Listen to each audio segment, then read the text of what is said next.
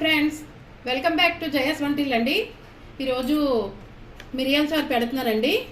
1 spoon మిరియాలండి, 2 ఎండుమిర్చి అండి, 1 spoon జీలకర్ర అండి, 1/2 స్పూను ధనియాలు, 10 ఎల్లుల్లి అండి పొట్టు తీసి పెట్టాను, 1 టమాటా అండి, చింతపండు రసం తీసి పెట్టానండి ఈ సైజు.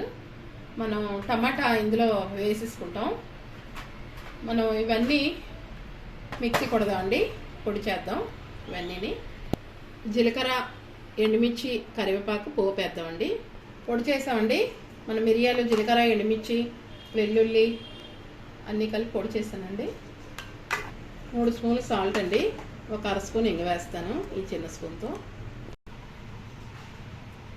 ఆయిల్ వేస్తున్నానండి.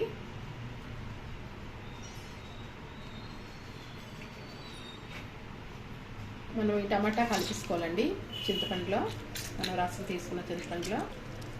ఇది కేరళ సైడ్ చేస్తారండి ఇలా రసము, చారు, మన చారు అంటాం. కేరళ సైడ్ చేస్తారు ఇలాగా. మనం 2 పొంగులు పొంగాక ఆపేసుకోవాలండి, అంతగా మరగక్కర్లేదు. మనం ఆవాల జీలకర్ర ఎండుమిర్చి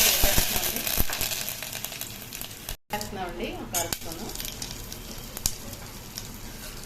మనం ఈ పొడి ఉంది కదండి, ఇది కూడా వేసుకుంటున్నాం, వేయించుకోవాలి.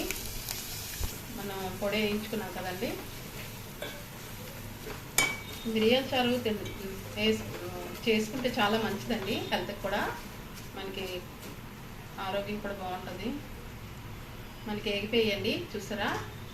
ఇప్పుడు మనం చారు వేసుకున్నాం. ఇది పులుపు, చింతపండు పులుపు. సాల్ట్ వేస్తున్నానండి, కొద్దిగా పసుపు వేద్దామండి.